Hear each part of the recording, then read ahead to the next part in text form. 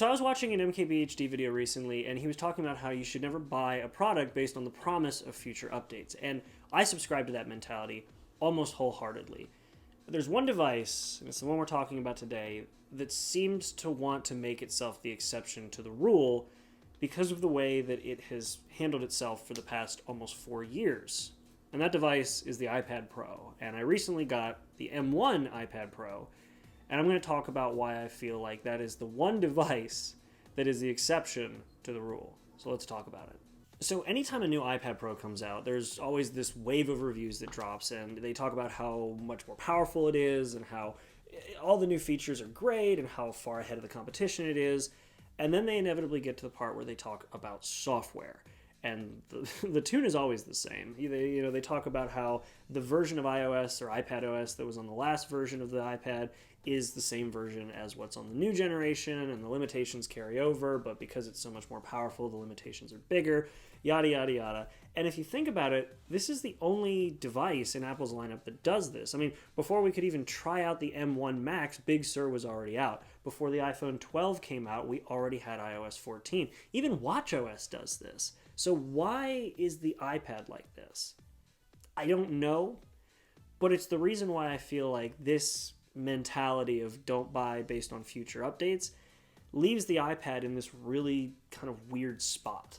Now, before I get too far into this video, I just want to say this is not a full review of the M1 iPad Pro. That'll be coming later. I still have a lot of testing to do, including editing this video on this iPad.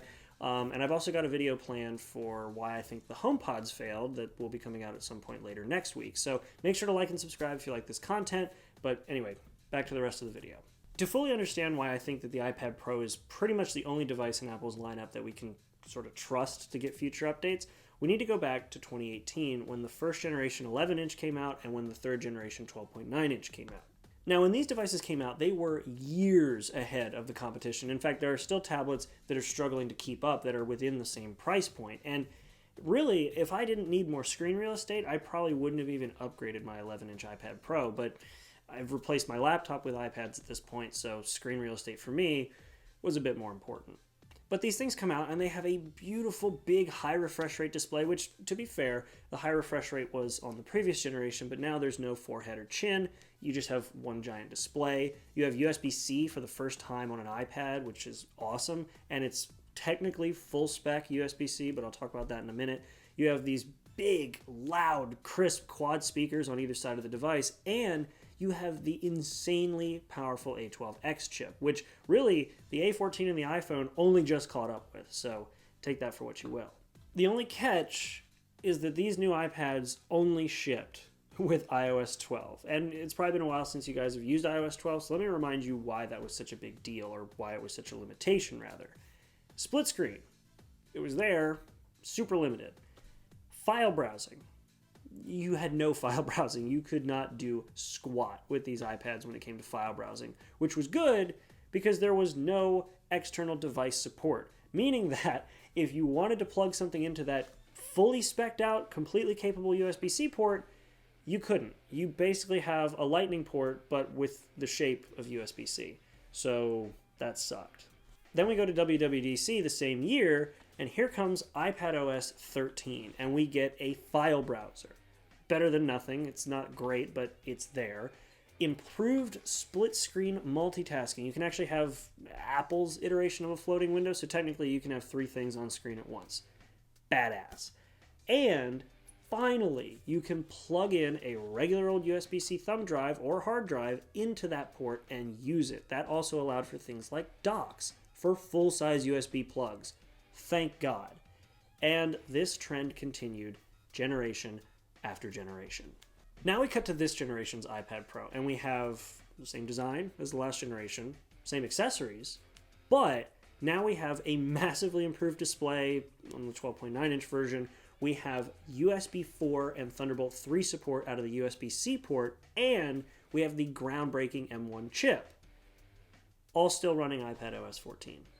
That means we have no desktop-grade apps. We're close. Like LumaFusion's very close. We have Lightroom, Affinity Photo, and Affinity Design, and Photoshop. Like, they're close. Not quite there yet. We have a vastly improved, but quite frankly still limited file browsing system. And, well, split screen really hasn't changed since the iteration they gave us with the last version of iPad OS.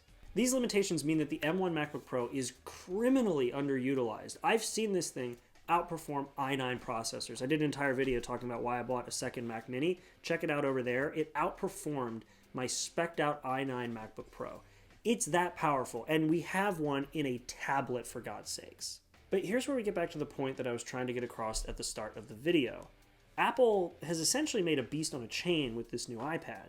And at the time of recording, WWDC is very close. And, well, think about it this way. The Apple apps, Pro apps, like Final Cut and Logic, have already been optimized for exactly this chip. There's no, oh, well, you know, this is an Intel processor running these programs, so we can't put it to an ARM-based chip. That's not an excuse anymore because the Macs are now on ARM. And the excuse of, oh, well, it's an M-series chip that the full-blown apps are running on, and this is only an A-series chip, that's not even there anymore because they're literally the same chip. I have been using Final Cut Pro and Logic on this exact chip. And with Apple's optimization, there's really no excuse to not bring these apps over to the iPad Pro. And I know that's not really a feature, it's going to be an app, but with the 12.9-inch iPad Pro having as big a display as it is, there's no excuse not to have a windowed mode if you put it into one of the keyboard cases. There's no excuse not to give it a full-screen version of Final Cut because really, LumaFusion has shown that touch or mouse and keyboard can work for editing photos and videos. And when it comes to audio, Apple claims this whole Pro microphone setup is really good, and well, while I wouldn't want to use this microphone setup for any sort of serious work, I would definitely be completely comfortable using this for something like a pickup recording or a Zoom call or a FaceTime call. The only downside at this point is Apple's refusal to center the webcam and the noise and distortion because of how wide they made it. But the microphones themselves, not bad, passable. So with all of these things put in place, there's no excuse not to put Pro apps on this device made by Apple, optimized for their chips, ready to roll with a touch device. And like I said, LumaFusion has already shown that while not fully desktop capable, editing is completely doable with touch.